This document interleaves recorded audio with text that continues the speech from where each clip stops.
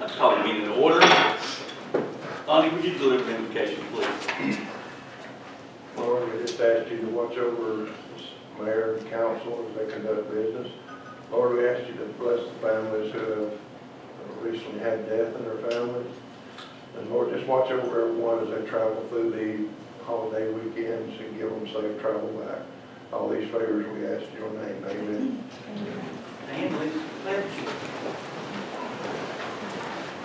Allegiance to the flag of the United States of America and to the republic for which it stands, one nation, under God, indivisible, with liberty and justice for all.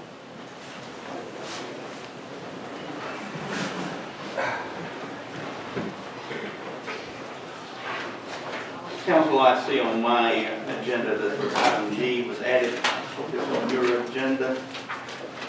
With that addition, would entertain a motion to approve the agenda. I'd like to make a motion that we add executive session tonight.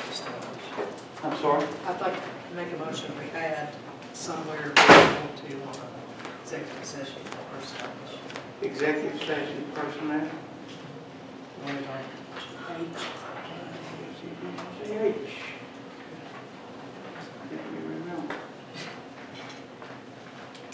Okay, we have, is that a motion with the addition of Yes. item H? Ms. Snavy wants to go into executive session to discuss a personnel issue.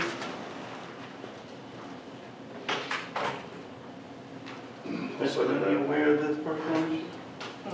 Mr. Looney, is he aware of this personnel issue? I was advised of it this afternoon. We have a motion. Motion is second. Discussion. Being none, all in favor, vote by show of hand.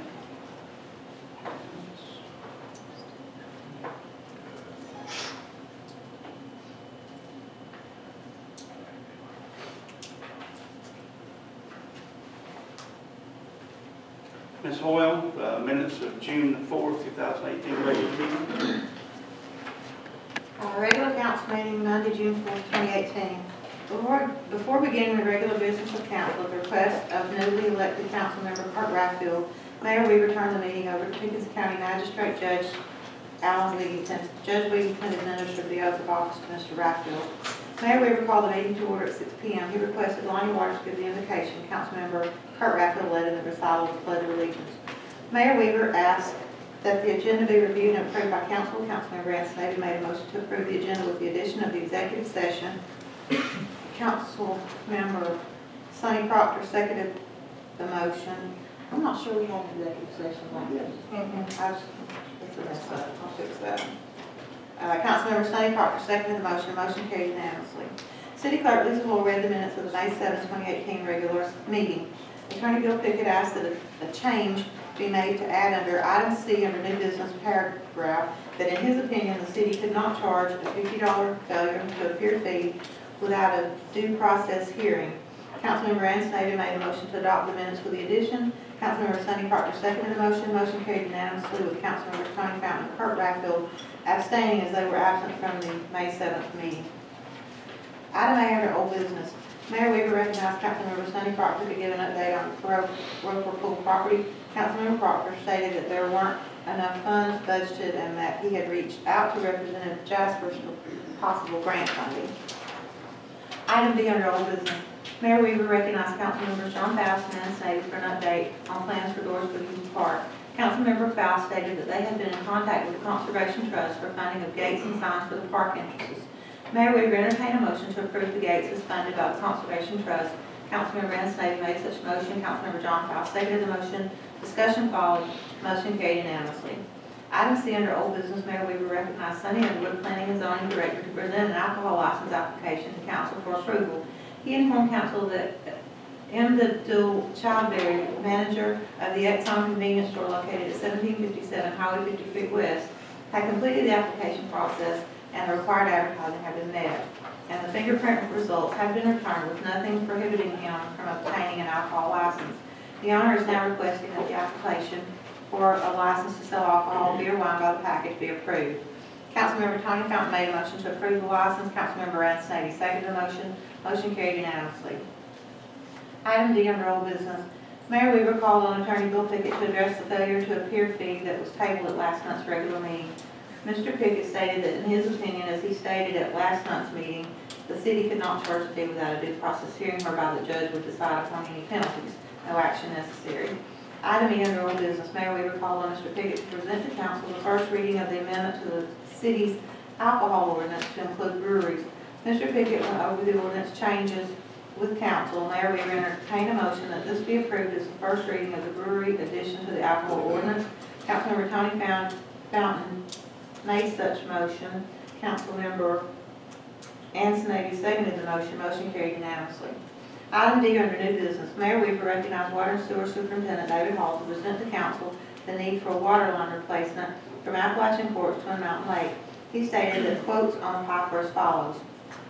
Consolidated Pipe and Supply Company, Inc., $47,117. Hayes Pipe Supply, Incorporated, $49,425.77. Core and Main, $45,983.50. Southern Pipe and Supply, $51,099.75. Frontline Waterworks, $52,029.64. Mr. Hall stated that the issue with Core and Main that was discussed at last month's meeting had been resolved, and he recommended that the city accept a little bit of $45,983.50. Mayor Weaver asked what budgeted projects were being substituted in order to complete this unbudgeted project. Finance Director Lisa Hoyle stated that the council had discussed using the funds budgeted for replacing the old Waleska Road water line and the Highway 108 to Refuge Road water line, budgeted for a total of $60,000. Mr. Hall stated that the remaining funds would be necessary for possibly 2 bores. Mayor Weaver entertained a motion. Councilmember John Faust made a motion that council approved to use the $60,000 budgeted for the Waleska Road and Highway 108 to Refuge Road projects to be spent on a low bid of $45,983.50, and of the remaining amounts from the $60,000 budgeted go toward the bores. Councilmember Anstey seconded the motion. Motion carried unanimously. Items A and B under new business. Mayor Weaver recognized Mr. Clay Pilgrim of Rushton & Company to present the 2017 annual financial audit. Mr. Pilgrim reported that the city had received an unmodified opinion on the financial statements. Mr. Pilgrim also stated that the audit found no material weakness and no instances of noncompliance. Mr. Pilgrim also presented the results of the agreed upon procedures performed at the Pickett Chamber regarding the hotel and motel funds that the city paid to the Chamber during 2017. He stated that the Chamber spent the funds as required by state law. Mayor Weaver entertained a motion to accept the 2017 audit report and approve it for submission to the State of Georgia Department of Audits. Councilmember John Faust made such motion, and Councilmember Anstey seconded the motion. Motion carried by unanimous vote. Item C under new business. Mayor Weaver recognized Mr. Underwood to present an application for selling alcohol, beer, or wine by the drink from Chun Min Wang, owner of the Ably Asian restaurant located at 741 Noah Drive, Unit 101. Mr. Underwood stated that the background check had been received and there is nothing that would prevent him from obtaining an alcohol license. He is requesting approval to continue the application process.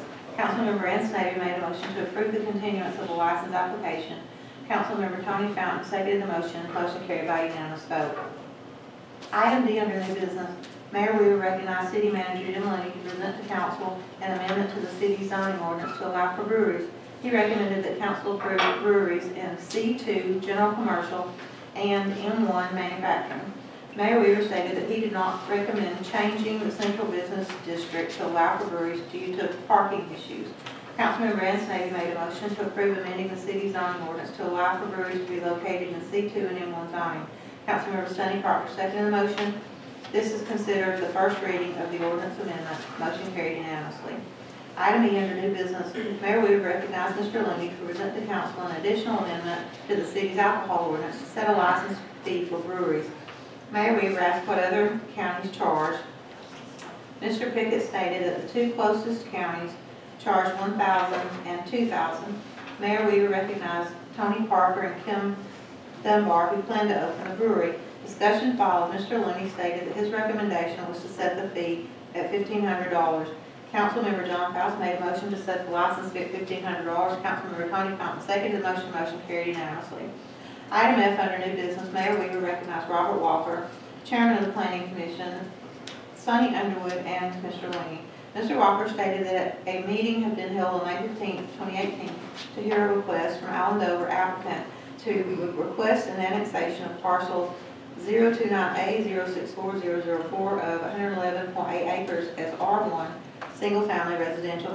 Mr. Walker stated that the commission had voted to recommend the annexation as R1. Mayor Weaver then recognized the owner of the property, Mr. Paul King of the Ridge at Sharp Top LLC, to present the plans for the property. Following his presentation, Mayor Weaver recognized residents of Sharp Top Ridge Road. Several residents spoke in opposition due to traffic and safety concerns. More discussion followed. Councilmember Tony Fountain made a motion that this item be tabled to give the owner more time to use an engineer to find another access to the property. Councilmember John Faust seconded the motion. Motion carried unanimously. Item G under new business, Mayor Weaver recognized Lonnie Waters and Mr. Looney to present to council the results of the June 6, 2018 bid opening for paving project number 2018-001. Mr. Waters stated that the bid tabulation is as follows. Bartow Paving Company, $667,269.95. Colditz Trucking, $594,468.60. Caldwell Construction, $788,452.65. Johnson Paving, $595,556.80. Northwest Georgia Paving, $520,591.05. Mr. Waters stated that the low bid was $520,591.05 from Northwest Georgia Paving Incorporated. Mr. Waters stated that the city has used this company on previous paving projects and that the contractor was satisfactory. Mayor Weaver asked Mr. Waters to explain how the contractors bid on the milling. Mr. Waters stated that they let the contractors bid on what they thought the amount of milling should be in order to have a desirable street. Mayor Weaver stated that he thought they should have given all contractors a set amount of milling required so the city could compare apples to apples. Councilmember Ann Snavy made a motion to approve the low bid from Northwest Georgia Paving for the paving project. Councilmember Kurt Ratfield seconded the motion. Motion carried unanimously. Item H under new business, Mayor Weaver recognized Attorney Bill Pickett to present the blight ordinance to council. Mr. Pickett stated that the ordinance was not ready. Item I under new business, Mayor Weaver called upon City Clerk Lisa Hoyle to present for council's review a reduced rate application. Ms. Hoyle stated that the applicant qualified for the reduced water sewer rates. Councilmember Tony Fountain made a motion to approve the application. Councilmember Kurt Ratfield seconded the motion. Motion carried unanimously. Item J under new business, Mayor Weaver asked Ms. Hoyle to read a resolution to adopt the Pickens County Joint Comprehensive Plan for 2018 through 2022, including the cities of Jasper, Nelson, and Talking Rock. Councilmember John Faust made a motion to adopt the resolution. Councilmember Ann Snavy seconded the motion. Motion carried unanimously. Finance Director Lisa Hoyle gave the financial report for the month of May 2018. Lonnie Waters updated the council on roads. Chief Greg Lovell gave a report of police activities for the month of May 2018. Chief Steve Roper gave a report of fire activities for the month of May 2018. Councilmember John Faust gave an update on JYSA. Being no other business to come before council, Mayor Weaver asked for a motion to adjourn. Councilmember Ann Snavy made a motion to adjourn the meeting. Council was scheduled to convene next to the regular council meeting to be held July 2nd, 2018. Entertain a motion. I make a motion that we accept the minutes with the correction that she made. Motion approved with the correction. Correction was for executive session to be struck. Yes. Second. Motion and a second. Any discussion? Being none, all in favor, vote by show of hands. Thank you, Councilman. It will also be known that Tony Fountain is not with us this evening for the minutes.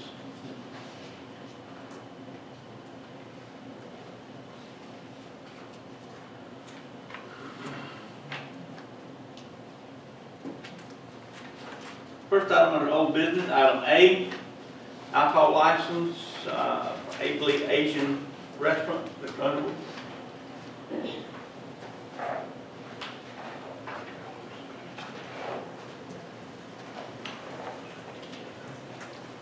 Mayor, council.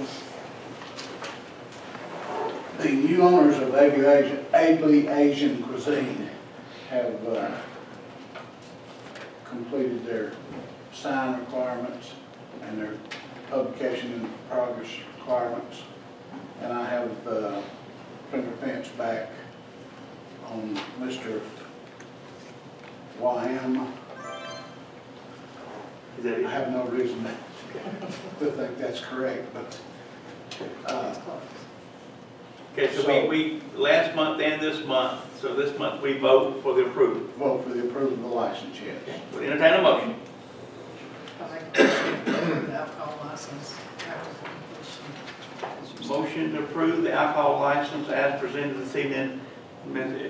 If you will get all the correct names. I'll second that motion. Got a motion and a second. Discussion. Being none, all in favor, always show of hands. It's unanimous. Thank you, Council. Thank you, sir. Let's try to pronounce this. Thank you. Thank you. Item B, alcohol ordinance amendment, second reading, Mr. Pickett. This will be the second reading, and will require a vote. Be an ordinance to amend the alcohol beverage ordinance for the city of Jasper, Georgia, to authorize the manufacture of all beverages and beer by an authorized brewer within the city limits, city of Jasper, provide for the definitions, provide for license fees for an authorized brewer, to provide for regulations, to regulate the operation of a brewery by an authorized brewer within the city of Jasper, Georgia, whereas the city council of the city of Jasper, Georgia has adopted an alcohol ordinance to allow the sale of distilled spirits, malt beverages, and beer and wine. But with said sale to be regulated by the provisions of the city of Jasper alcohol beverage ordinance. The city council, whereas the city council of the city of Jasper, Georgia, finds that it is in the interest of the city and its citizens to authorize brewers to manufacture malt beverages and beer within the city limits of the city of Jasper, Georgia, and thereby promote the economy of the city and the tourism of the city. Whereas the city council of the city of Jasper, Georgia, therefore finds that it is hereby authorized to amend the alcohol beverage ordinance to allow for the manufacture of malt beverages and beer by authorized brewers within the city of Jasper, Georgia. Now therefore be it ordained by the authority of the city charter and by general law that Section 1, amendment to the code of the city of Jasper regarding the sale of alcohol beverages, code of the city of Jasper, Georgia, regarding the sale of alcohol beverages hereby amended, modifying and adopting some new provisions regulating the sale of alcohol beverages within the city of Jasper, Georgia, and which shall read as follows. Definitions are hereby amended by deleting the terms of manufacturer in its entirety and substituting in lieu thereof the following. Manufacturer means any maker, producer, or bottler of malt beverages or beer. A brewery is a place where malt beverages are manufactured or brewed. Brewer means the manufacturer of malt beverages. Manufacturer of malt beverages and distilled spirits is not allowed except as under this provision of the ordinance or any other amendment thereto. Therefore, the type of license is hereby amended by adding an additional license being authorized to be issued be an authorized brewer license. Also, the fees and other licenses have added the following provisions: fees. An authorized brewer license, sum of $1,500. The code is further amended by adding a new article, licensed authorized brewer, which shall read as follows. There is hereby created a license for the business of operating a brewery to manufacture malt, beverages, and beer, and which shall be in conformance with the laws of the state of Georgia pursuant to OCGA Section 3-5-20 as amended, and this article. In order to operate as a brewer within the city of Jasper, Georgia, the brewer shall be required to provide a copy brewery license issued as to the brewery by the Department of the Treasury, Alcohol and Tobacco Tax and Trade Bureau, and any state of Georgia brewery license when issued. Applicant may receive and authorize a brewery license from the city of Jasper, Georgia prior to the issuance of a federal or state license or both, but may not operate the brewery until such time as the applicant has received the applicable federal and state licenses and provide a copy of said licenses to the city of Jasper, Georgia. By and under this article, the licensee shall be authorized to carry on a business of manufacturing malt beverages and beer within the corporate limits of the city of Jasper, Georgia. The license shall follow all federal and state requirements regarding the license of the brewery, including but not limited to the payment of any excise taxes assessed by said authorities. Failure of the licensee to operate the brewery in accordance with federal and state requirements shall be due cause for the city of Jasper, Georgia to suspend or revoke or both the authorized brewer's license upon compliance with any of the procedures as set forth in the city of Jasper's alcohol license ordinance. An authorized brewer license shall only be revoked for due cause. Due cause for the revocation of a brewer's license shall only consist of violation of the laws regulating the manufacture of malt beverages and of the regulations made pursuant to the authority lawfully granted for the purpose of regulating the manufacture of malt beverages and other violations of Georgia law. Every unrevoked license authorizing the manufacture of malt beverages, whether issued by the state or any other duly authorized license authority, shall be renewable to the holder of said license as a right upon the payment of fees and taxes lawfully assessed and fixed for the issuance of licenses of that kind and character.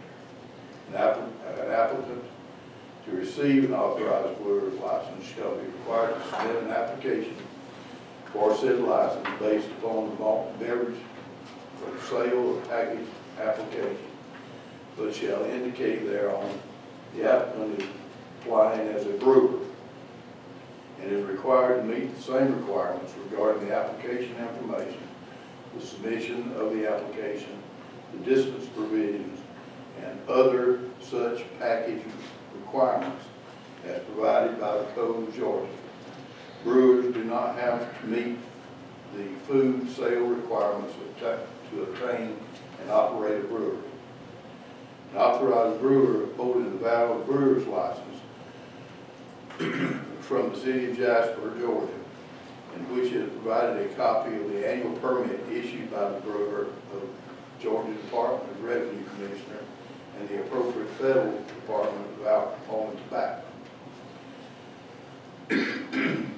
Any applicant or holder of a brewer's license must comply with any and all other ordinances or zoning requirements as amended. All other terms and provisions of the alcohol ordinance as amended are continued in full force and effect as if they were restated herein. The effective date of this ordinance shall be upon its passage by the city council. So ordained this second day of July, 2018. Council, this would be considered the second reading. As that being said, we'll entertain a motion to approve. Mr. Mayor, I'm sorry, I have one question for clarification. Yes. In the section where it talks about the package stores, the package licensing, I know the ordinance for the package store says you can't consume alcohol on premises. How will that affect us? That won't affect, was not exempted, it was exempted. Okay, all right, thank you, sir. Thank you, Mr. Mayor. Any other questions? Entertain a motion. I have a motion that we approve the second reading of the brewery zoning. Ms. Davy makes a motion to approve the amendment. As this is the second reading, this would be the final reading, and this would be the approval law. So, need a second. No second that motion. Got a motion and a second. Discussion. Being none, all in favor, vote by show of hand. Thank you. Item C, zoning ordinance amendment, brewery, second reading. Mr. Pickett. Y'all, I gave that to y'all last month. It was an ordinance to define or allow that a brewery could operate and exist in M1 and C2 of your zoning code. Okay. With that, we entertain a motion. I make a motion that we approve the zoning ordinance amendment for the brewery. M1 and C2. M1 and C2. Second. Second that. Got a motion and a second. Discussion. Being none, all in favor, vote by show of hand. It's unanimous. Thank you, council. Okay, item D, land annexation, Sharp Top Ridge Road. Mr. Looney.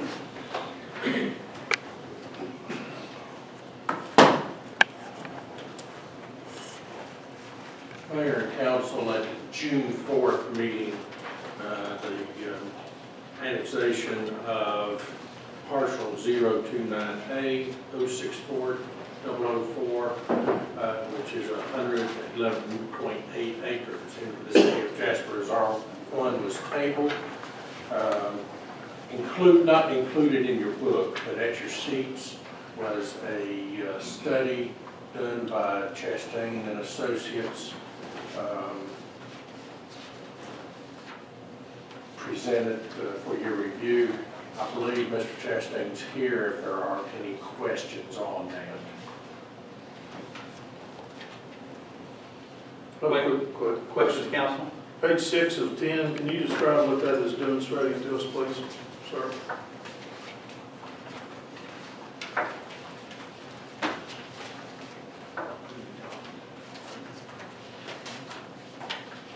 Before I should go start hanging, would somebody turn that thing? Where's Mr. Chastain?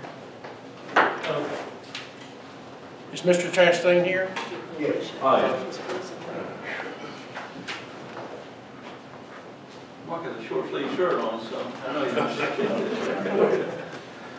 I appreciate being here. I appreciate y'all. I served 2 terms as a county commissioner, so I appreciate what y'all go through. Only time I ever had any concerns about this city council was when I was commission chairman of Gilmer County. I thought y'all were going to annex all the way into town. That was the thing. We're still working. It was time. Still possible. Yeah. For page 6 of 10 in this, can you tell me what that's, Is this the sheet, sir? Yes. it is? Yeah. That's a copy of the recorded plat of the Sharp Top Ridge subdivision as it comes in. The copy in the county records is rather ragged and hard to make out, but this is as best of a copy as we could get. So that Sharp Top Ridge is at the ends into the property. That's exactly right. So Okay. if you can see, this is the part that's visible. This is the existing roadway Right. that comes into the property here. The way it was planted, the road just runs into the subject property. And you're a surveyor by trade Yes, and profession, is that correct? yes, sir. In reading your description and introduction for this document, you talk about these 21 lots and you talk about other lots that possibly may be coming in there. Did you make recommendations based on your survey, or were you given a plan and then you've made this document based on the plan that was presented to you? No, that's a very good question. My firm was engaged by the purchaser of the property to provide land planning and eventually surveying and design services of this property. And the intent was to continue the road into the subject property and make the most feasible environmentally compliant development with the suitable acreage on top. So the 21 lots that are referred to are the 21 that we have preliminary planned based on topography and soils within the subject property.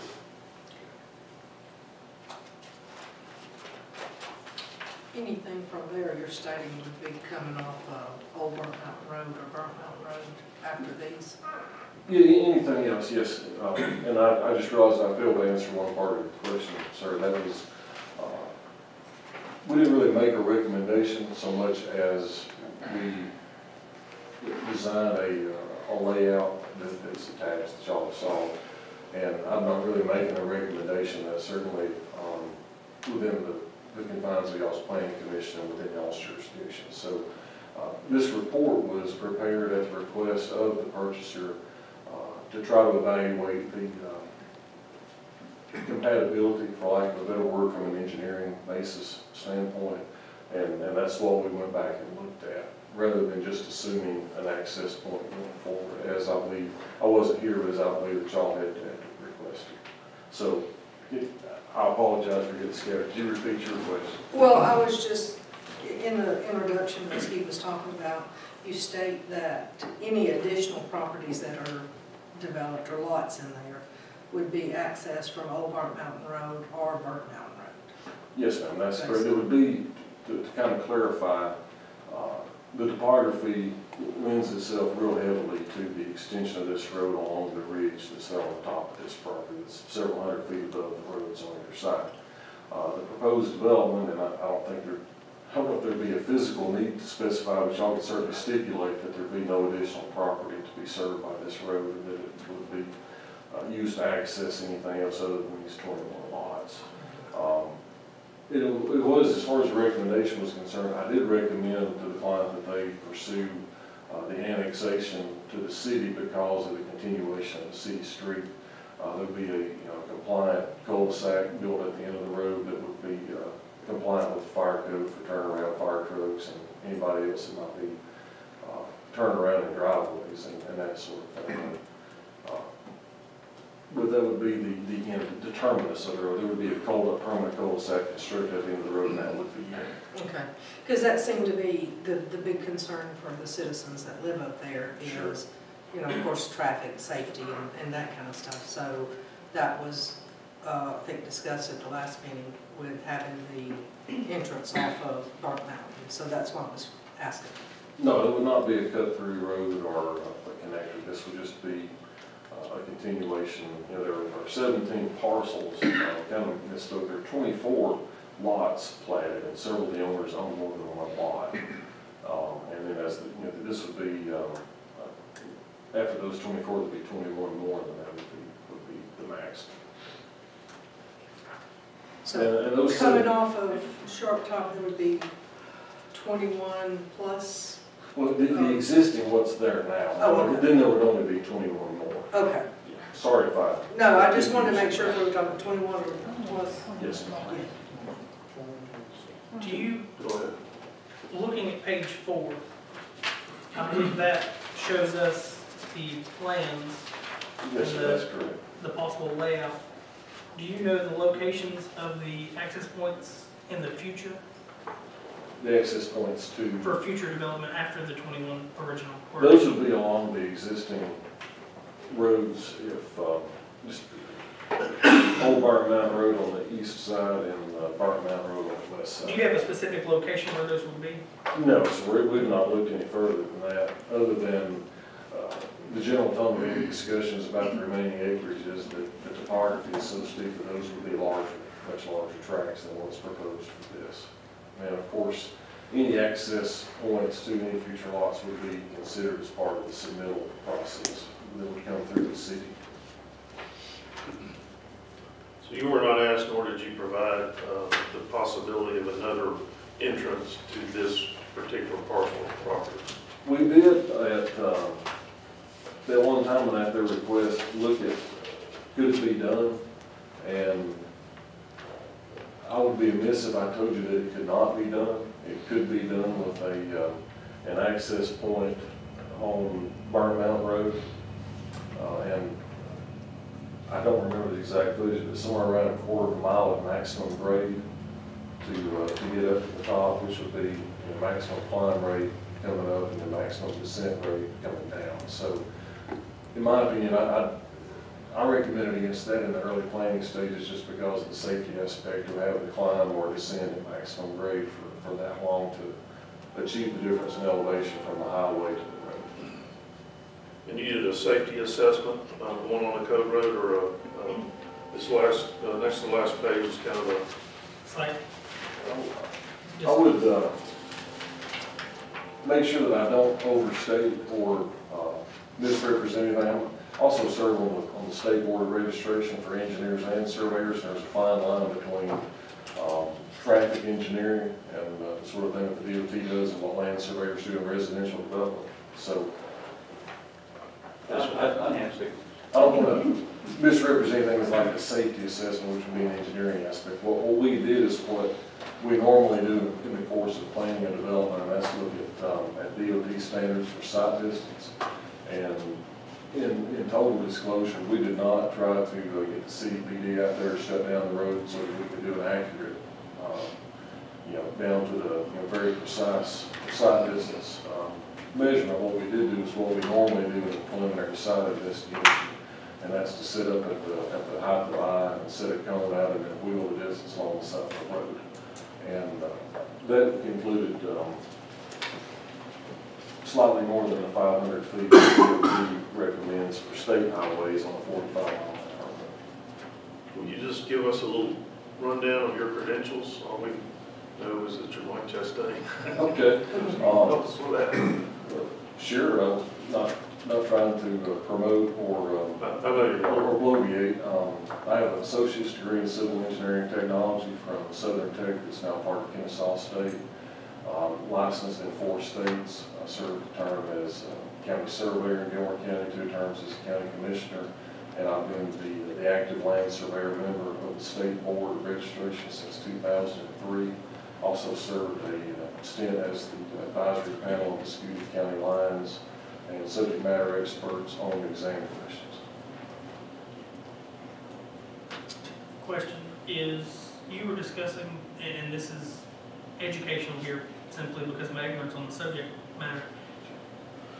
You were discussing the difference in engineering in your field, and there's a fine line. You were stating that the safety aspect of the site distance assessment, as far as the safety aspect, would need an engineer to look and say whether it's safe or not. No, I see what you're saying. We're on there's a bit of overlap in the field of practice. Land surveyors can design storm drainage, erosion control, sanitary sewers, streets, entrances, cul-de-sacs, and all those things within our license. One exclusion is the touching on design of thoroughfare streets, and also what I would consider the field of transportation engineering. If I said to you 500 feet is adequate, I'm making a professional opinion as to safety. I'm not doing that. I'm saying the DOT states 500 feet, and then we've made a physical assessment of the amount of site distance on the ground, which is within our purview. So basically what I'm saying is the intersection at Cove Road, if we were to treat it as a state highway with a posted 45 mile an hour speed limit, DOT says 500 feet of site distance per this table 3-4 on page 9. And then we've determined that there's slightly more than 500 feet based on our preliminary observations. So I'm not trying to backtrack and say, no, I can't stand behind that. I just don't want to misrepresent that. I'm saying it's safe. I'm saying DOT standards reflect the... Okay, and that brings me to my second point is when we were discussing the access point off of Burnt Mountain, you were discussing the grade, yes, steep, as far as going up and down, and you considered that unsafe. Well, it would be within what city ordinance considers to be within the realm of safe. I believe off the top of my head, Sonny may correct me, I believe it's 14% grade. Fire code preference is 12%. That means you're rising 12 feet in 100, and you've got several hundred feet to rise. So in order to have enough earth to construct the road from the bottom to the top, you have to go a certain amount of linear feet. Now, my own assessment and in my engineering curriculum, we learned that it's, and this is just common sense, you don't even need a whole lot of education. If you're going straight up for a quarter of a mile, not straight up, that's a misrepresentation. If you're going up at a maximum grade that you climb for roughly a quarter of a mile, or if you're coming down, you can have aspects to where clutches fail. This is not approaching the grade that Monument Falls had the issue. If any of y'all remember that 20 years ago when the delivery truck was in a way too steep grade that should have never been approved, and the delivery truck was trying to get back out, and the engine wouldn't pull. Gravity got him down there to deliver the appliances, but his horsepower couldn't get him out. He parked the clutch up, the truck caught on fire, and it was a bad scene. It's not to that extent, but anytime that you're at a maximum grade pool for more than a few hundred feet without some way to level or rest, you either need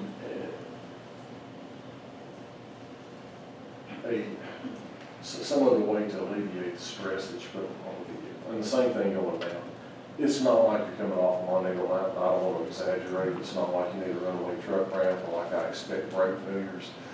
It's just with driver psychology coming up to the intersection, you know, how long you ride the brakes and when you decide to turn loose and those sort of things. So to me, as opposed purely from an engineering standpoint, from coming off the existing end of the road and coming out the ridge at a nice pleasant grade, that seems safer for within the property than trying to construct a new road where you have to push maximum grade up and down. Thank you. Right. I have one quick question. Talking about future access would be from Burnt Mountain or Old Burnt Mountain. How would that change by not recommending it now? What the difference would be, if you look at the plan of the property, it's on page, it's the whole property on page 4. Okay. There won't be a whole lot, if any. I think the out parcel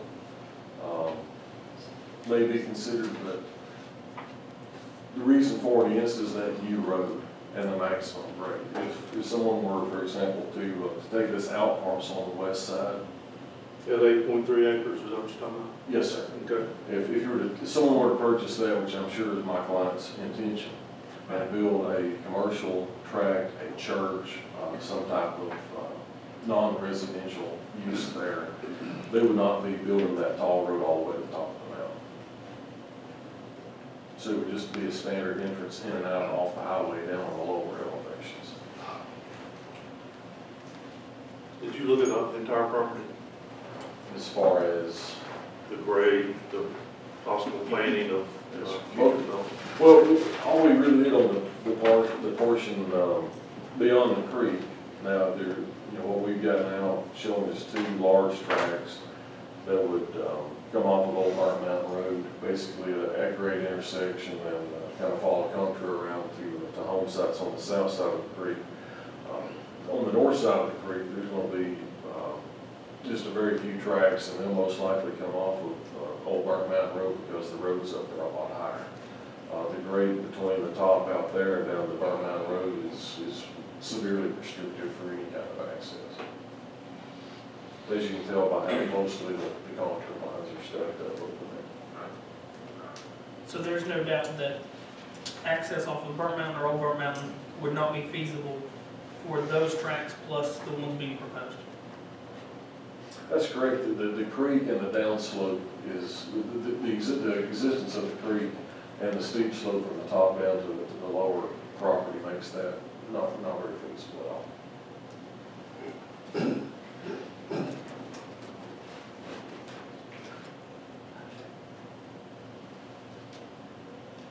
Hearing no other questions, I think we have a request before us.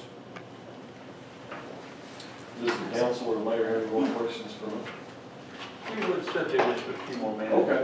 I'm not trying to dominate. Never can tell. Mayor, there's someone in the crowd. Yes, sir. Yes, I have a question. Jim, if you would, you don't recognize, you let you run this show. Okay. Yes, sir. On deeds and on the application for this annexation, there's 2 different addresses. Do you have an address? I know the number 029A and 064, but do you have an address for this property?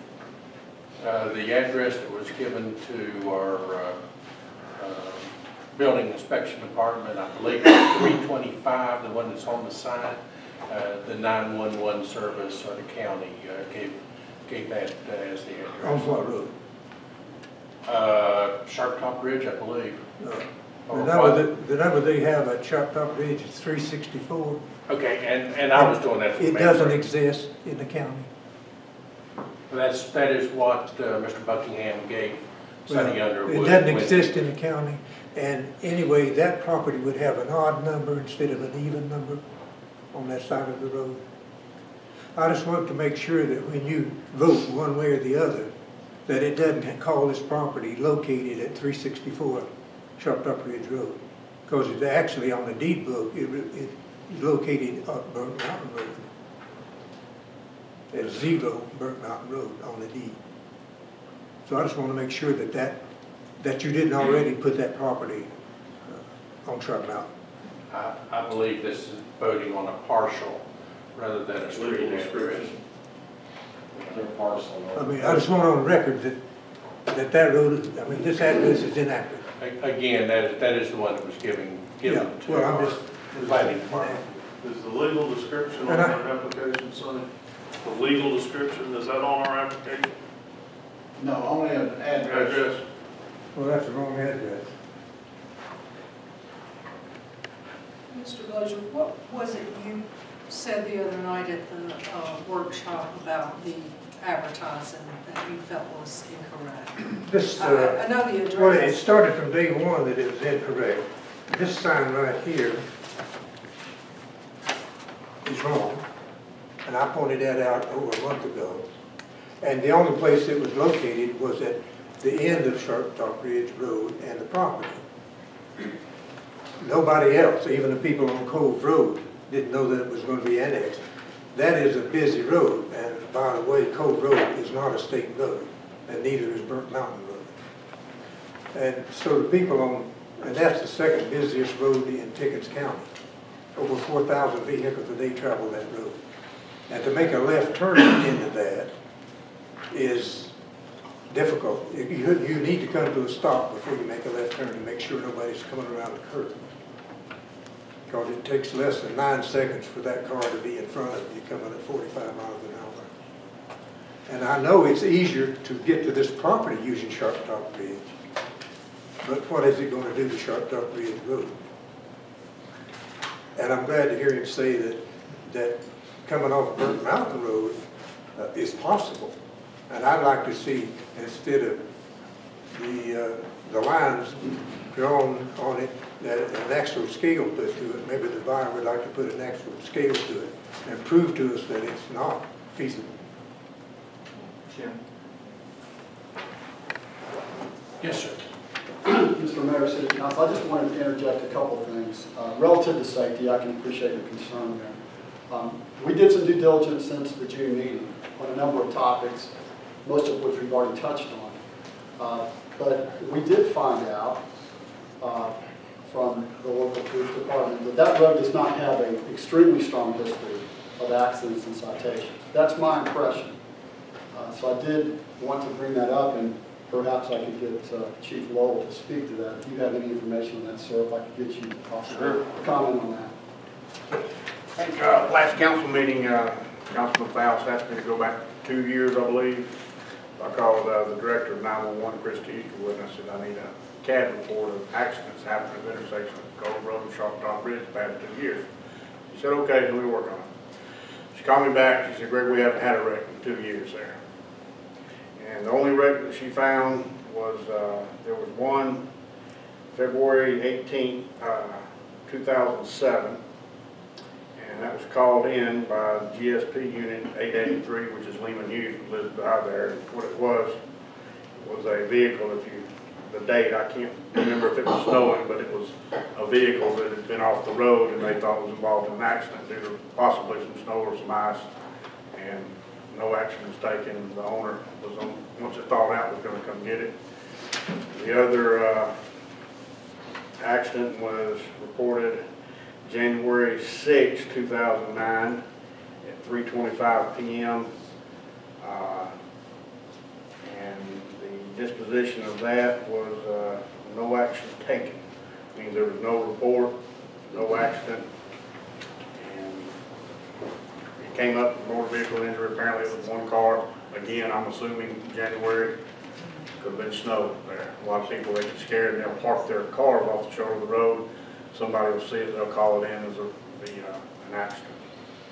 So that is the only two that Pickett County 911 CAD system, about 2009 and 2007. Okay. Thank you. Mr. Perry, one more time, I'll get out of here. Wait 1 second, Okay. Jim, if you will, go ahead and speak. I saw Mr. King first. And That's right. recognize you. No problem. I just wanted to also make a few comments relative to the overall application, if I could. I don't know if now's the appropriate time to do it or not, but I'd happy to do so if it's okay. Yes, please. Okay. Since the meeting in June, you folks asked us for some additional due diligence. We did go back and look at the alternate road proposal from Chastain and Associates in terms of how it would come in off Burnt Mountain Road. We also did some cost estimates with our professional land site manager. And, you know, the feasibility, we talked a lot about. It's not a feasible way to come into the property. But the cost of it is really the thing that would literally be a deal killer for us. We couldn't afford to spend $200,000 to do a road off Burnt Mountain and then have a marginal, somewhat unsafe road to come into the development. So again, I did want to comment on that. We did. I have a written estimate from a North Central Grading that gives a breakdown of what those costs are. That is a curved and gutter 1,220-foot road coming off Burnt Mountain. We would also, in that process, lose one of the residential lots. So we'd lose 5% of our real estate. So we'd lose a lot doing it that way as well. So I did want to let you know we did put some work into that to see if possibly we could make that work. It looks like it would probably be a deal killer for us. Is that additional cost to what you're already planning on spending? Yes, sir, because we've got to go inside the development and do the roads and the cul-de-sacs and you know, all of the detention and the curbs and gutters, etc. So yes, sir, it would be addition just to get to the road. Did the council review that contract? Do you know what it would cost you to put that road in for additional lots? Like he's saying, if you went off of shortcut now and then later put in the road to be additional lots, would it cost you that at that time? Well, if you're talking about the out parcels that are left with the 62 plus acres right after we do our 40 acres, we haven't done any consideration for that because we've got some interested parties that are talking to us about those out parcels. They're large, up to 10 acres plus, and that will be their obligation to put a road in or a driveway. But you know, we're just strictly wanting to develop that 40 acres. Right. It's lower density than what currently exists on Sharp Top Bridge. We acquired that property this year with the obvious intentions of developing it, thinking that looking at county records, in fact, the packet that we handed out that Chastain helped us work up included an approved plan. I think it's page 8, page 257, that shows that the city approved, it looks like, a roadway where the city road dead ends into our property. So we had the natural assumption when we acquired the property to be able to extend Ridgetop Road, Sharp Top Ridge Road, excuse me. But again, we did that due diligence. We checked on the safety aspect. And I appreciate your concerns, Ken, but honestly, it just doesn't seem to be, as one of your folks asserted, one of the most dangerous intersections in Pickett. That's what you guys said, and that doesn't seem to really hold water with all due respect. Jim? Yes, well, the policemen were talking, there's 17 cars on our street. If you put in 20 houses, it goes up to 70 cars. So the accident rate might go up just a little bit. Another thing, he said it costs $200,000 to put in the road. Wigington over here will do your road for $100 a foot and blacktop it. The last meeting you said it was 1,200 feet. So somebody, I'd shop around a little bit. But at the first meeting also, you said you didn't expect to get the pushback from there. But that's the cost of doing business. You know, it's good to get pushback before you put down the money. Yes, sir. I understand that. And here's a bill, I can build houses on your lot back there. Address you, please. 200, a house lot, 244,000, and then go to the 3-acre lot, 343,000. and that brings in $6,300,000. Again, Mayor is correct. If you would address me as I'm chair sorry. rather than I'm sorry. have conversations going on in the room. Anyway, Mr. Looney, the traffic will increase with that. And there's money to be made. I can see $6 million out of 23 lots back there. Okay. Thank you. Thank you. Jim, I have a question if I may. Yes. I'd like to get some consensus if that's at all possible. And I know we have a wide kind of cross-section of scope. We've got legal people, we've got developers, we have graders, we have county commissioners, we have engineers, we have surveyors. Is there any legal way, based on your knowledge of our ordinances, and I have a pretty strong knowledge of our ordinances, getting better every day, can we approve this R1 zoning with any restrictions on the developer? Can somebody? Mr. Pickett, do you have any opinion? I don't think I could give an opinion. I can just only say it's pretty common. Do we have restrictions? The most common restrictions are like a maximum number of lots. You always want to be concerned, at least in my experience, that you're looking at 21 lots. If you don't restrict it to 21 or 22 or something, there's nothing that gets out of the bag. So you might not come back later if we find some magical way to shrink the lots or extend the road or something and cram more lots. And that's not the intention, but to protect, the sanctity of the council's desire, you might want to do something like that. Well, I know one of my concerns is it being a one way out. Ice storm, street falls across the road. You got a bunch of people trapped, you get them out. Hurts the situation. It kind of makes it kind of awkward on my part. I'm under the impression of one home per lot. Is that accurate? This would be single family residential. Ann has a question.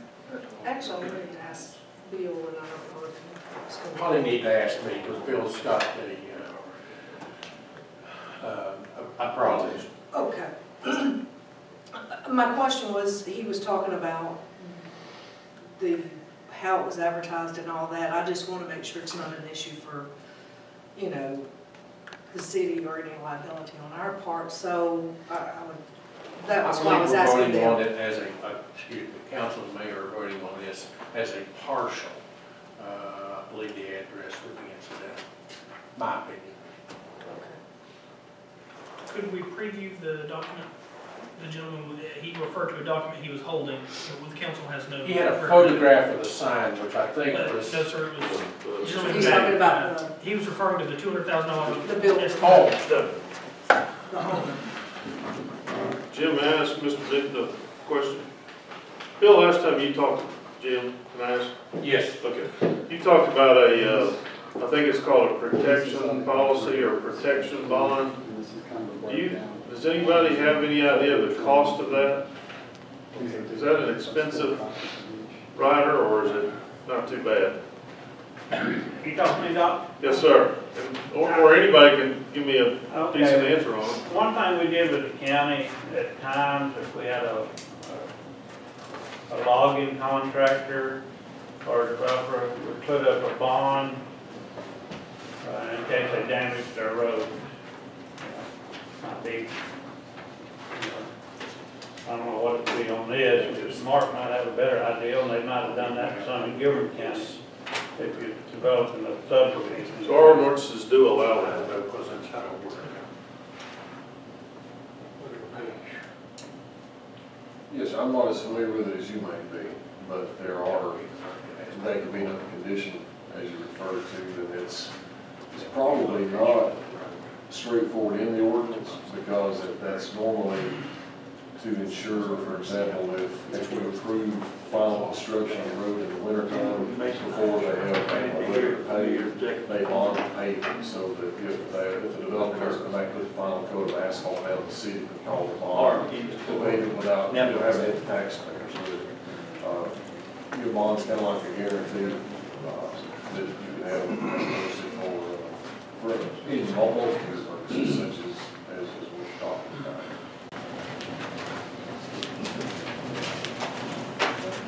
Jim, I believe Councilman Proctor is almost describing what we, in the past, would call a planned unit development. And I believe you've pretty much got a planned development, except you didn't put any recreational, you didn't do a few other things that we like to have in a planned development. Well, PUD's usually a lot larger and more multifaceted than just. But once you commit to a PUD, you gotta come before this council to change it. And I think if we could get it in the form that this is what it is, and when we approve it, we'll approve it by council, and that is your planned unit development, and we can hold you to that, where we can't hold you to what's going on in the building department. So, just a way around that if you wanted to address it. But I think we're here tonight to determine whether we're going to annex the property in. We've got a lot of carts before a lot of horses. And more often than not, nothing discussed about the property once that's going to be developed. When we annex it in, we annex it in simply as R1 property. And I think our people were excited about what was going to be built, and all these plans started evolving. But here tonight, we're trying to determine one thing: are we going to annex the property in, or are we not? So, Jim, would you address that? Well, I think that's correct, and there will be opportunities for the developer to work with the mayor and council and city manager on what it looks like if it is annexed in that development. So with that, I'm sorry. I just want to clarify. So like he was discussing the bond for the road to make sure everything's covered, that would be done at a different time once we got the plan. I think we had to be very careful about bonds on the road. We could do a bond on new roads, but not damage to existing roads. Does that make sense to you? I think we need to explore that. My interpretation is a little different, but as long as we have the opportunity to do that at a future date. May I ask Mr. King one more question? Yes. I'm not trying to get into your business. I'm just trying to make something clear to not only the council but the citizens. The company or the entity that owns this property is made up of more than one individual, is that correct? Yes, sir, it's owned by an entity, yes, sir, Sharp Top Ridge LLC. And 100% of those owners want this property annexed, is that correct? Yes, sir. Okay. Yes, sir. Any other business? I see no Yeah, I see you have a hand up back there. Oh, I'm sorry. I do see someone. This is my problem with having a mic turn. Just also first. Mr. Lundy, I just wanted to ask how many of you have driven on our street and actually seen how curvy it is, how narrow it is, and you can't see around the curves. And as it is, when I meet somebody, I've got to get over very quickly without a whole lot of extra room. And we're concerned about that. You mentioned no accidents. I know the mailbox that was the new house that's constructed right across from that intersection has had the mailbox hit a couple of times because somebody ran over it trying to keep from hitting the person that was turning. And we've all had experiences where somebody squealed their brakes and they didn't happen to hit us, but it was a very close call. And I will say I have driven the road. And we were concerned about the road needing to be widened. If that would be something that you all would have to do to accommodate, which you would take property from all of us. So those are very deep concerns of ours. Mine is about the road also. There are the roads on Sharp Top Ridge going to be just like the roads down at the end of the street with curbs. I mean, there need to be some improvement, like she said. It would have to be a little wider and need curbs. One other thing is, I would like to see the speed limit coming up from Old Burton Mountain Road at 35 right there instead of 35 over the top of the hill up there. Because when they're coming not 45 miles an hour past our street. On Cove Road, yeah. But, I mean, the speed limit needs to be changed down there, starting at Old Burke Mountain to 35 instead of all the way up over on Cove Road on top. Because they're flying up through there. They're going somewhere fast. All right. Recognize you. We had a lot of discussion about the road and issues. What I was concerned about and what I wanted to know about. What about the other infrastructure? The electrical, the water, the natural gas? Are all those systems going to have to be upgraded coming down our street to accommodate this development? Because anytime you upgrade utilities, you're going to involve somebody's property. You know, water lines, gas lines are all on the ground, power lines.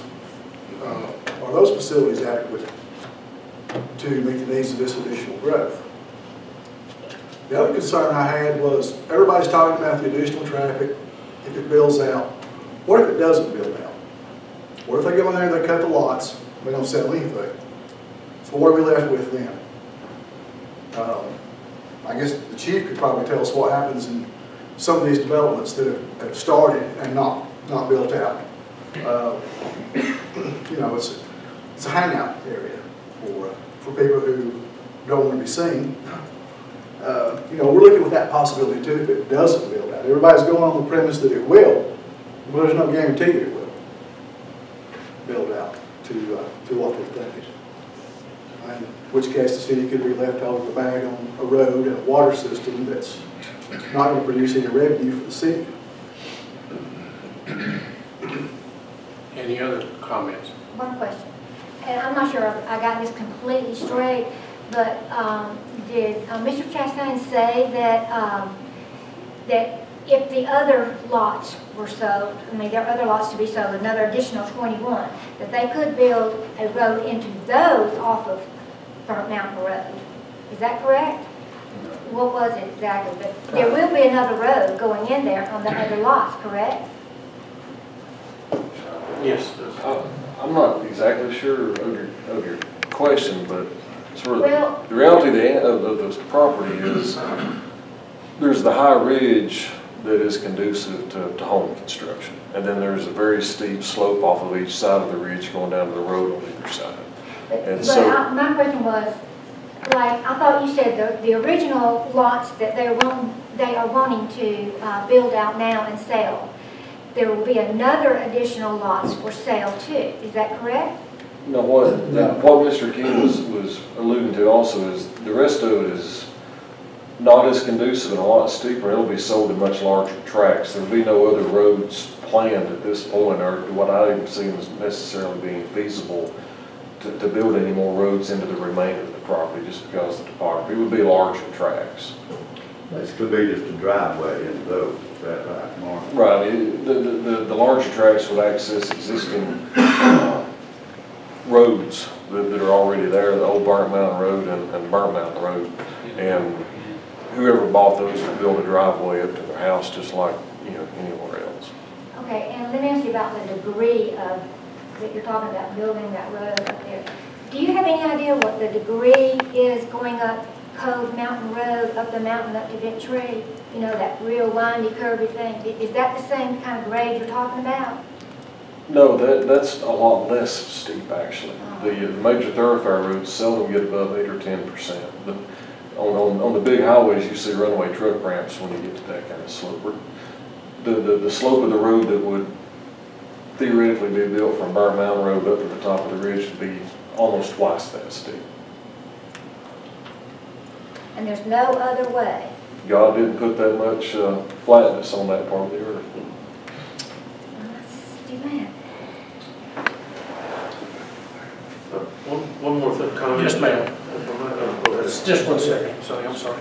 Yes, ma'am. I was just wondering how much of a concern it would be for Sharp Top as it stands now, not only for the homeowners that are there, for not only the influx of the new people that would live there, but for the construction vehicles that would be brought in and out while the building is going on for the small road that's there. So the people that are living there, they're trying to get in and out of their homes, and they're meeting big heavy-duty trucks and people going in dump trucks and big vehicles. I mean, that's going to be a big inconvenience, and I would think detrimental to their road. I would think that should be a big concern too.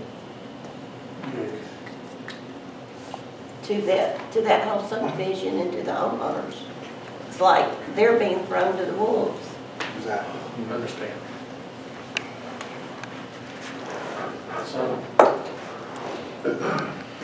Obviously not an easy decision. The annexation portion of this is clear cut based on Georgia law too. And I'm not a lawyer, so I guess I shouldn't be talking about law, but if we annex a property, it's contiguous to our city limits and the owner wants to be annexed, we're under obligation to put some sort of zoning on that. And if the county and the city had similar zonings, we could maybe not do a change, but when you are doing a zoning, the things that you look at are what the surrounding properties are and also what the most likely purpose for this is. So I'd like the citizens to understand that. As Mayor has pointed out, we're working on the annexation and the zoning part now, not the actual dirt moving at this time. So We have no objection to the annexation. It's just the entrance. That's all. Either Mr. Newton or Mr. King last time addressed their issue for what they're talking about, curb and gutter and the road. Well, I think we want to do this development, obviously, with the utmost respect Right. and appreciation of what these folks are expressing. I mean, I understand. You know, we're not here to inflict pain on anybody. We like to be friends, and we like to be supportive of the community. We're committed to Jasper. And so I would just say that if we can get the annexation and we can get the zoning change, we'll work with the city council and we'll do what makes sense to look at some of those things. I'm not saying we can widen Sharp Top Ridge Road and put curbs and gutters there. But you know, we're certainly open to doing the right thing and being respectful of your residential dwellings. And we're trying to create a real positive in Jasper. It needs inventory for very first-class housing. You know, one of our commitments to the city, we just bought the train station over here, so we're looking forward to maintaining that at the highest standard as a historic landmark in Jasper. We're interested in other things in the city because it's such a great town, and we want to be part of that. We want to be positive in everything we do. So I understand the sentiments expressed and have for the entire time, and you know, I hope we can make it work. Any other questions or comments from council? One for me. We were discussing the restriction of lots. Is that something we would decide now, or would we wait like the bonds till later? That would Okay. be later. Well, we don't plan to do more than 21 lots in this 40 acres. The property's not well suited for it. We've got these out parcels and much larger acreage. Not over 21 lots access, not the shop. Right. 21 lots off Sharp Top Ridge Road, just as it's drawn in the building here. So yes. And I know there's not been a whole lot of residential development that I'm aware of, and if I'm not aware of something, I apologize. So it's kind of a new process in a lot of places. A lot of places that we've done work, we've submitted the first set of plans since before the recession. Right. And that's sort of what I anticipate here, and I mean that in no way disrespectful, but there'll be a detailed set of construction plans that would show the roads, the drainage, the lots, and everything that would be submitted and approved not only by the appropriate staff in the city, but that also goes to the federal government who reviews it for erosion control and drainage aspects. So, you know, I don't think that y'all are under the impression that by annexing this and bringing it into an R1, that it's just carte blanche out the door and do, Wild West. There are development standards and things in place that our plans will reflect and adhere to safety and so forth. If it's approved, then that's the way to go. I think the council wants input at not necessarily every step, but we want communication and input from our departments about where this stands and what the plans are. Again, I don't want to make it onerous for the developer at all. I think we're all excited about the possibility of new homes in our city, but we do want to be involved to the point where at critical points we want to have input and may want public input. Since it's open record, could I put my name on that list too? Come to any meeting we I know, have. You I come mean, to our for his meeting information. every Thursday, usually the last Thursday and the first Monday of every month. I think Greg had one question. Okay, is there any new information or comments, questions? Council, any new comments, questions? You give me back a minute. You may have. You did a good job. With that, council would entertain a motion.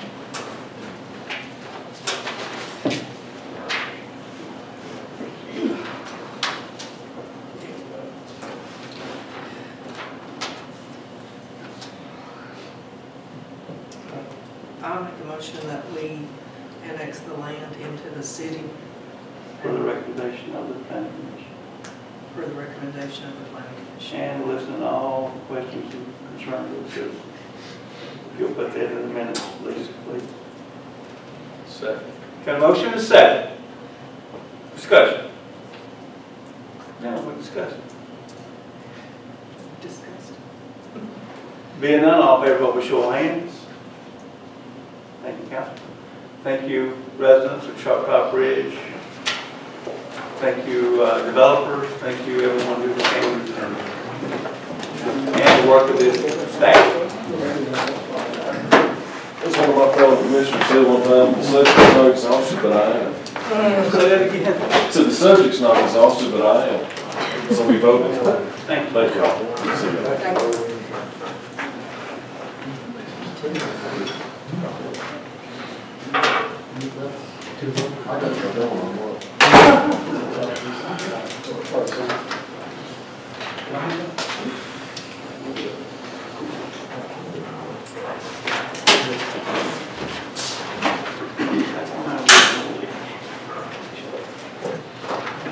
Jim, if you would, item A, new business, I gave you my pretrial probation agreement. It's in the book. Council has it, we discussed at the workshop, John was not there. Jim, could you give a little insight into that, please? This is an agreement with a outside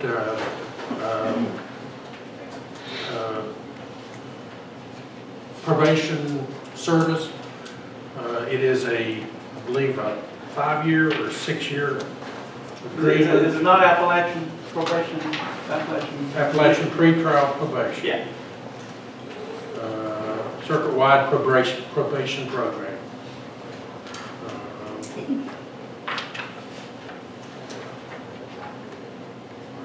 Other than probation, they provide probation and pretrial services, typical to, this is the same agreement we have had in the past. Bill, can you give a little insight into the Appalachian? No, the Appalachian Probation Department is located in the courthouse. They handle all the misdemeanors. They are...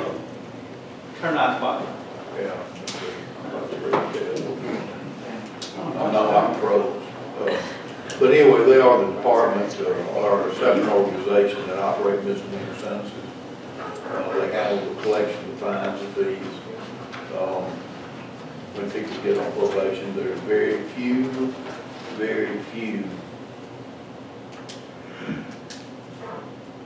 times that someone's put on probation in our court for the simple reason, I mean, DUIs are once existence and misdemeanor possession charges, marijuana, for one of them.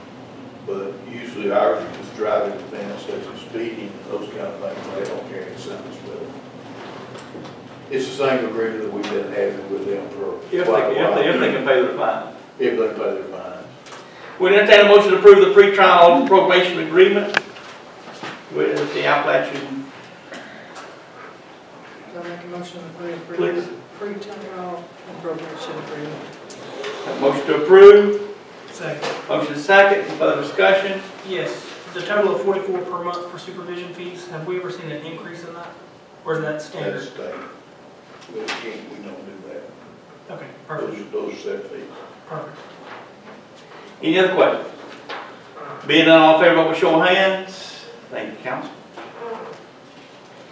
Item B, Cove Road well drilling. David Hall and Mr. Looney, if you would, both of y'all been working on this, I believe. Evening, Mayor and Council. I'm trying to obtain 3 quotes today for that we talked about Thursday night for the drilling of a 3rd well on the Cove. Me and Jim and the mayor have been talking amongst each other, and we're afraid that whenever Grandview does decide to do whatever they decide to do, that we may have a period when the creek is not flowing to what it needs to flow. And this 3rd well would help us during that time to obtain the flow that we need to maintain our distribution system. And also, if at any time we were to lose one of our wells, this 3rd well would be able to back that up also, as council has said in the past, you know, to have stuff retroactive ready to go in case other stuff tears up. This 3rd well could serve that purpose also. So I have, Go ahead, Gil. There were 3 quotes requested, 2 replied. Prime Pump and Alonzo, Georgia, no quote. Middle Georgia Water Systems Incorporated, Zebulon, Georgia, $20,710. Byers Well Drilling, Blyerford, Georgia, quote $14,950. And they are the ones that drilled the other 2 wells that are presently over there. So they've always been good with the city. Okay. Now, we've not discussed this. I don't mean to throw, I like that price. Throw a monkey wrench into this just a moment. We're going to send a city crew in there and build that road. When you leave Burnt Mountain Road, talking about dangerous. Burnt Mountain Road with a rig, you're going to go down a hill and you're going to climb back up. We're going to go in and grade and put some gravel in there to get that rig in, what do you think? I thought we were going to put it over the gas station. I thought we were going to find the other one. The place we looked at was by the gas station, where the gas station is. There's not a deep shaft there. I thought we were going to get on the other side of the quadrant where. I mean, we're haven't really got to that point. I mean, we'll get plans, people up here and have it surveyed. Okay. Surveyed, make sure we got it. Well, what I was talking about was not going to be a drastic. The road's already there. It just needs to be worked on. Yeah. Something you might I not know be where thinking you're, about. I know where you're talking about. Yeah, and we can. The intent is to have Ben come in. Yeah. Well, Van asked us where the well is, not enough show. Well, this is just to get the whole. Okay. I'm good. I just wanted to bring that to your attention. I apologize for confusing the issue. I don't really know exactly where it needs to go, but that's the best price, you know, out of those 3. Well, I tell you where it needs to go. It needs to go over the deepest shaft. Yes, hopefully. If you miss that, you got a bad spot. Okay, $14,950 was a low bid by Byers Welders, and I understand that correctly. Okay, council, that's the low bid. Those numbers, others you need to add here goes again. If not, we'll entertain a motion. Can I clarify? Yes, please.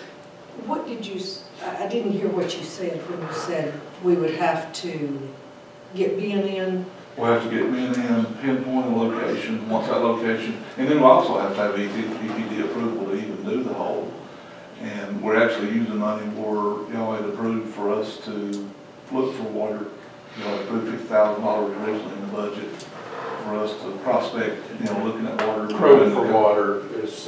That's where this would come from? Yes. Okay. Yes. I I just didn't hear what you said. And Ben has drawings of the mines and we'll be able to put us on the right spot. Okay. Does he wait on them? I mean, he knows what's going on at this other place that we don't seem to know much about. Has he weighed on them whether this is a good idea or not? Mayor has better amounts than Ben does from John Klein. I mean, we can pretty much, as the mayor said, say, hey, this is where we need to go and this is what we're going to do. We just have to have this down.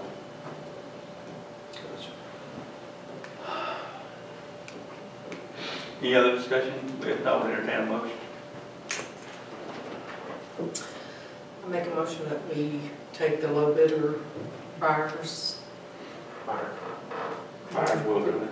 Well done, for $14,950. Have a motion for the low bid. Second. Motion is second. Discussion?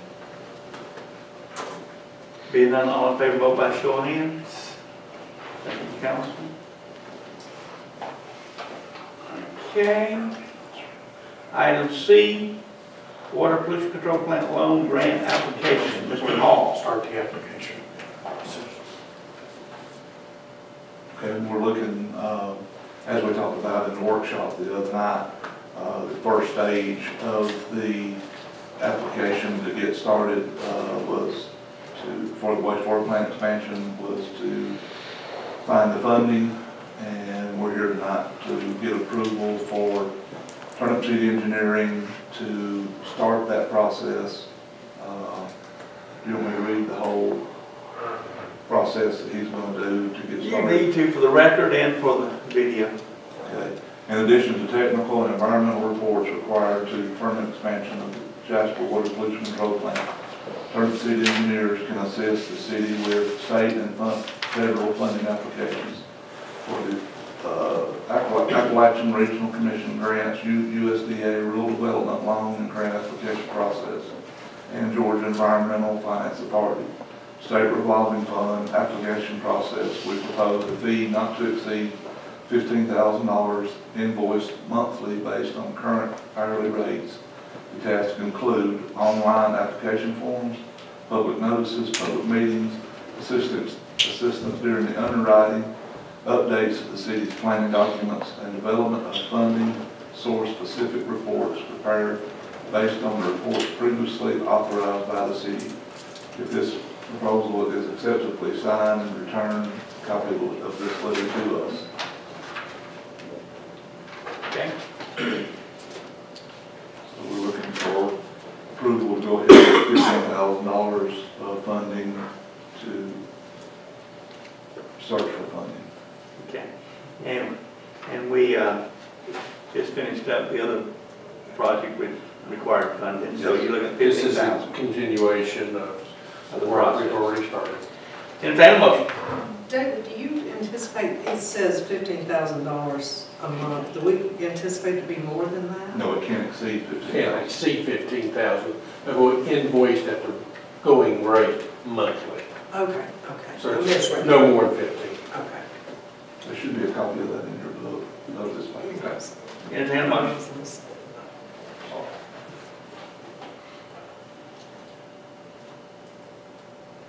Where, can I ask one other question? No. Yes. We have these funds, we've already put these in the budget, correct? Yes. Okay.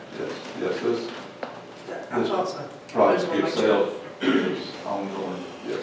I make a motion that we accept the $15,000 to look for funding. Motion to approve the request from Mr. Hall for Mr. Turnip Seed to continue the process with a $15,000 expenditure. Need a second? Second. Motion second. Discussion? Being none, all in favor, vote by show of hands. Thank you, Council. Thank you, gentlemen. Mr. Waters. Item D, street stripe.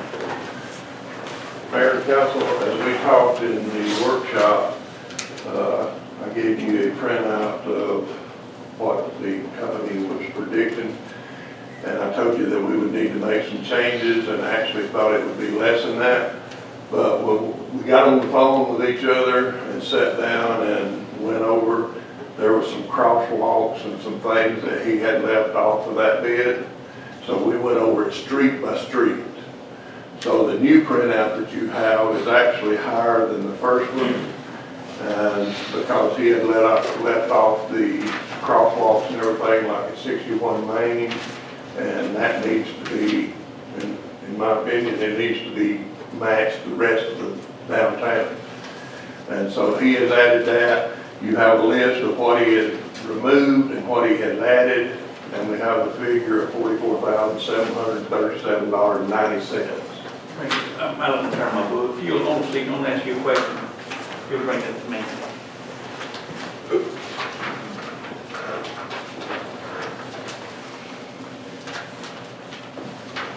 Did this include We have the list of what they approved. Is that what you said? Does this include coming into town from South Main Street? What we talked about the other night, I'm gonna look at this. And they're gonna lay it out where it was before, not gonna put thermoplastic in there, it's messed up. Right. That's all I wanted to hear. That's what we discussed, yes. Hold him accountable in front of that camera there. Well, there's nothing on this one. I mean, if you're talking the first list, it went from 14,000 to 17,000, and maybe I'm confused as to what they're putting. One is for the thermoplastic, one is for the regular paint. He had them both together on the package you got last Thursday. It comes with a total of 40 whatever. Is the increase in the thermoplastic or the regular? Both. Both, because we have added some to both of them. The questions about the regular market paint, that, we had, like we were adding 2 stop bars on Railroad Street. We were adding 2 crosswalks on D.B. Carroll, and all that just be and he also indicated that if we get here, if they get here, and there's anything on these that we don't need, or we decide between now and then that we want to change, that he will do. But it may not have outside. It may not have outside lines because they said that the road has to be 20 foot wide, and there are areas that it's 19. So they may not put the outside white lines on it, but they will put a center line. That's why you see there that. How do they narrow it back in? Actually, the part that was already paved is they come into 19 foot right there. Let them light it up and narrow around, and we can add it back later. I think it looks a lot better. So there was some changes on it, and but anything that we don't, that the city of Jasper does not want, they will deduct it because we are paying by the foot. So The only one in the thermoplastic is the Main Street. Main Street only with thermal, and that includes all parking spaces and all center lines, all arrows, all crosswalks, and all, everything. Now, on the regular paint markings, we did add all of Stegall on that. There's several parking spaces in elementary school. So we're going all the way to Mary Street, so that was added.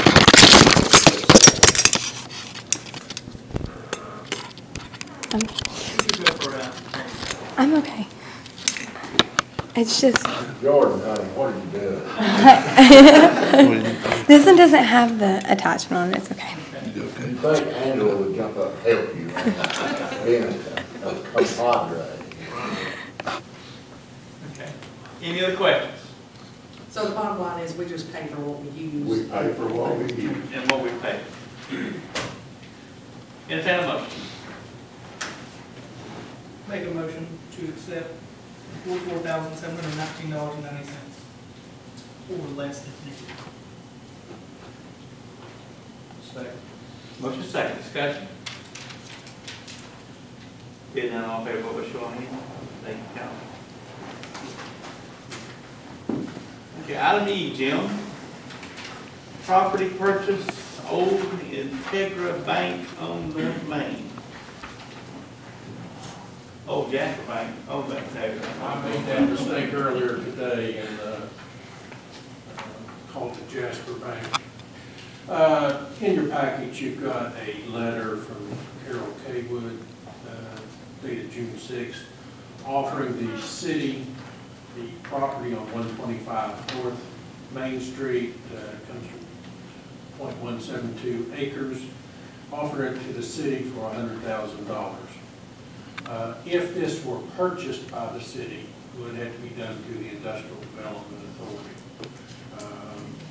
If it were leased, if we negotiated a lease, that could be done with current year or with budgeted funds from the city, not through the Industrial Authority. So if the way we clear to purchase or to obtain this property, a decision would have to be made. Do you want to purchase it, therefore using the Industrial Authority, or do you want to try to negotiate a lease purchase for the property?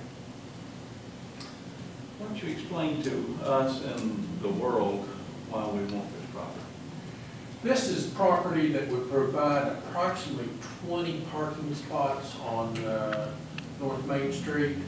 It does have a 384 square foot building that has a restroom in it. It could be renovated to provide restrooms for the north side of town, and glass area in the front that you could put brochures for businesses in town and within the county, and be easily accessible by people walking up and down the road or driving on Main Street.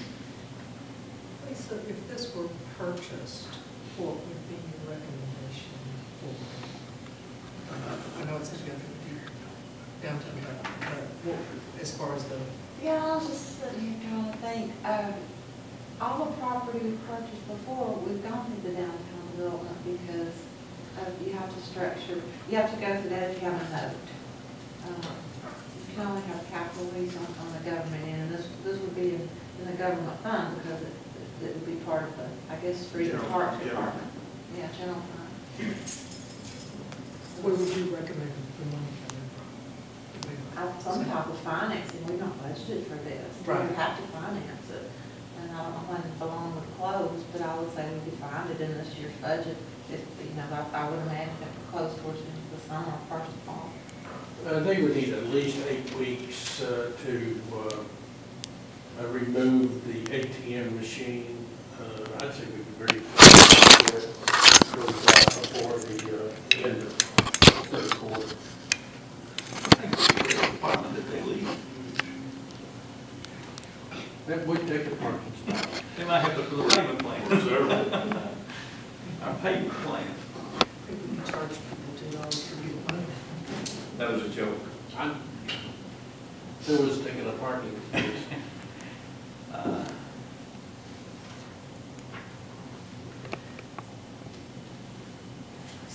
If the decision is to do a capital lease, there'll have to be some negotiation between the city and the Entegra Bank.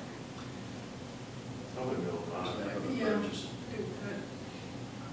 I'd like to make a motion that we try to buy and look for the finance. Have a motion to buy.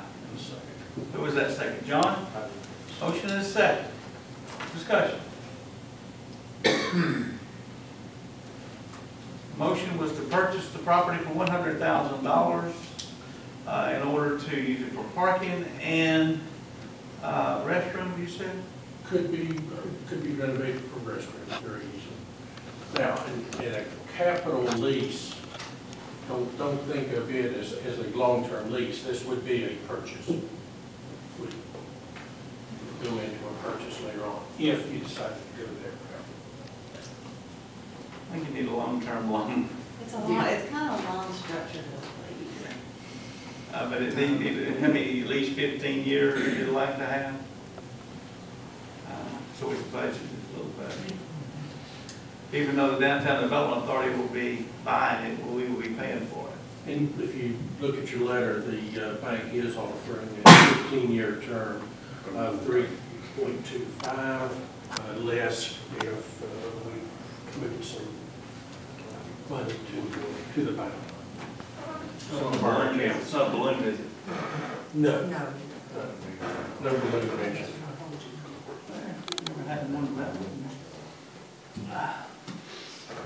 Motion discussion, motion second, any further discussion? The motion is strictly for moving forward. I don't believe we're tying ourselves down to what development we have on it, correct? No, just, her motion was to purchase the property. Lisa, I'm looking at your facial expressions over there, I think you have some concern. Oh, no, I was just thinking. Okay. I was wondering if that 325 was structured as a lease, I mean. No, it's not right now. Doesn't mean it couldn't be structured as a capital. It'd be easier to let the Downtown Development Authority buy it. And the way we've done it, Mr. Pickett, would you like to address that? Well, we bought this building. Everything. It's state regulations, this is. You have to pay off your debts and be zero balance. And even though we're liable for the, it does not make sense to me. We're still liable for the Development Authority's loans, but yet this is the way we do it. We have a history of Just forget that. Okay, any further discussion? Yep. Being done, all in favor, with show of hands. That's unanimous. We are now moving forward with that. Move forward with that.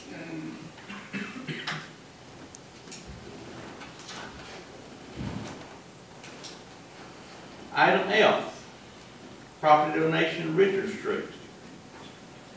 As discussed at our Thursday meeting, we have a property owner on Richard Street who has shown an interest in donating approximately 1.4 acres to the city to be used as a park. I followed up with the family today, and they are still quite excited about doing that. And we'll be talking to other members of the family.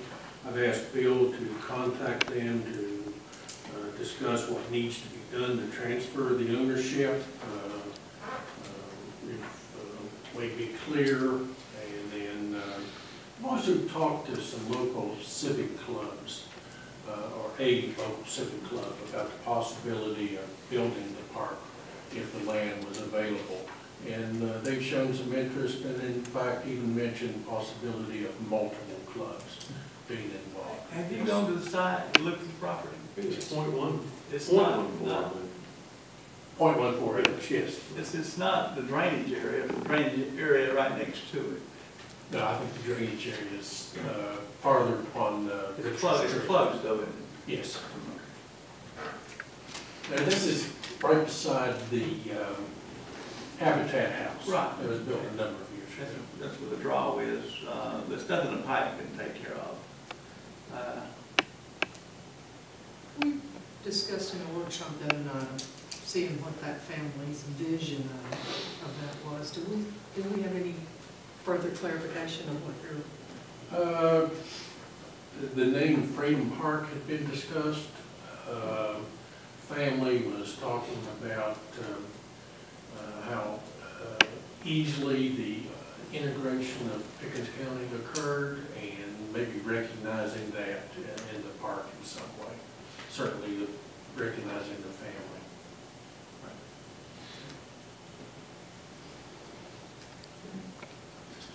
So you need to look more into this, or do you need a motion to move forward? Or? A motion to move forward and to accept the property if the donation can be worked out. Motion to go forward. Motion to move forward? Second. Did I hear a second? Yes. Motion and a second. Discussion? Being done, all in favor, with your hands. Thank you, council.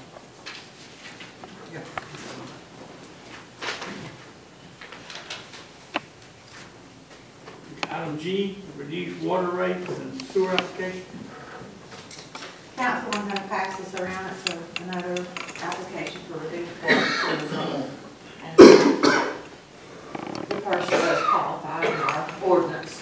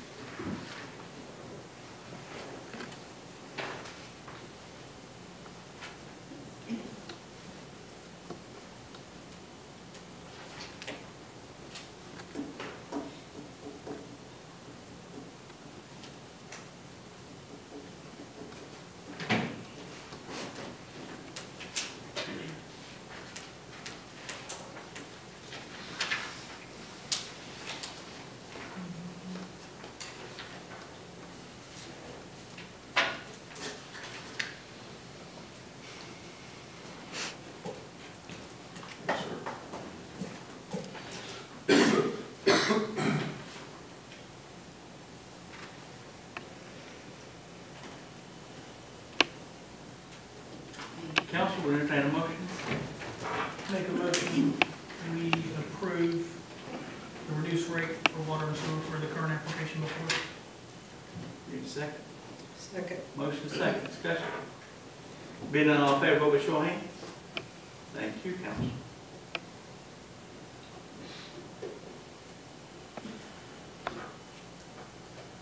Item H, personnel issue as requested by Ms. Snavy. I hate to tell you, staff, and yes, but we need to clear the room. Would need a motion to go into closed session. I'll make a motion to go into closed session. Motion? Motion second, discussion. Being none, all in favor, vote by show of hands. Show of hands. We're officially out. Okay. Financial report, Lisa. Sometime before midnight. We'll make it short. In your packet, you have the financial report for June of 18. We're halfway through the year. And for the general fund, we collected $107,547 in sales tax. It brings us to $611,635, which is $52,600 more than last year at this time. Cost, we currently have $927,620 in our cash account. We are committed to the paving bid, $520,591, and we've just committed to the striping, $44,720, which leaves a balance of $362,310. In the water fund, we've which is Fund 505, we've so far collected $311,823 in leachate. We're at or below budget. We're a little below budget in our revenues. And I was looking at the leachate. We're at 41% of our total budget. But we've probably got a few more collections will come in this month that we don't know yet.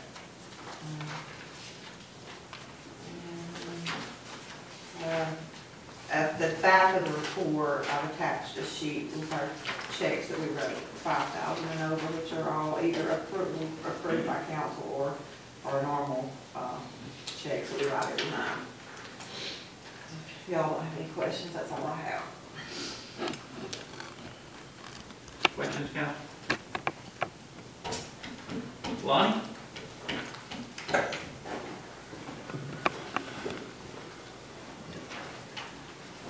Okay, Mayor and Council, at the meeting this morning down at the county, just wanted to verify some things. The DOT says what we call the big project, has been moved from August of this year to September of 2020. And so they're looking at the end of the year of 2020 before anything happens. So just making sure that we have the dates right.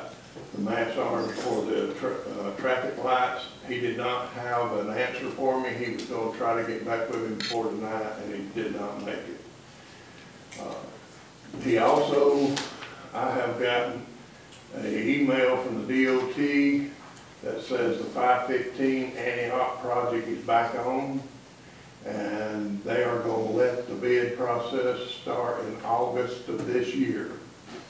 And so I asked him verbally, was they still going to block the crossing in Antioch in 515, and he said yes.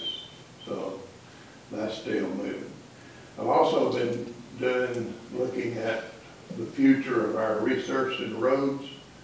I was doing this pretty rapidly, but if I haven't missed something, there's 43 more streets in the city of Jasper to resurface. Some of those are short. They range anywhere from 140 feet to 6,685 feet. That's 9.04 miles. And once we complete that, then the SPLOST money, if I understand it correctly, goes towards sidewalks and stuff like that for the city. So 9 more miles, if I'm exactly right, and we'll have all the process complete in the city. Good job, Lon.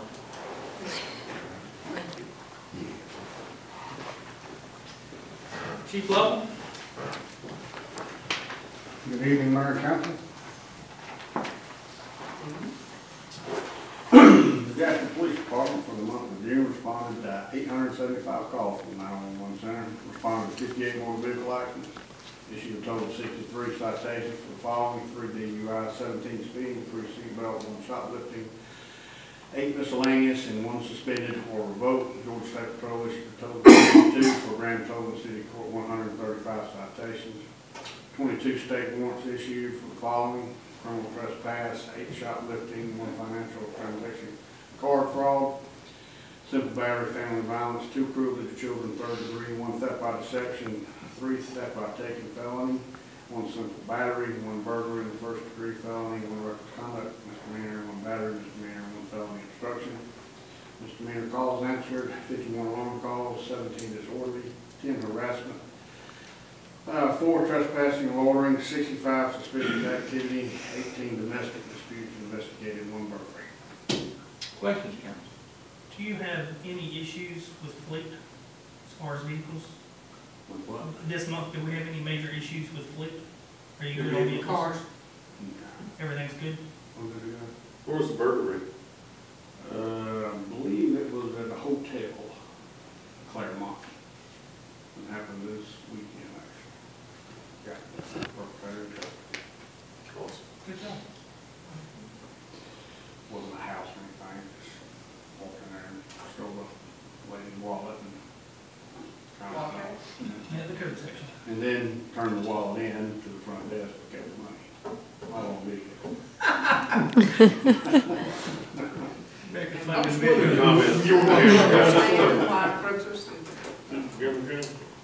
Huh? Thank you, Chief. All right, Thank you, and thank you for getting the information earlier on that. Yes, thank you. All right, thank you. Appreciate it. Chief Rowe.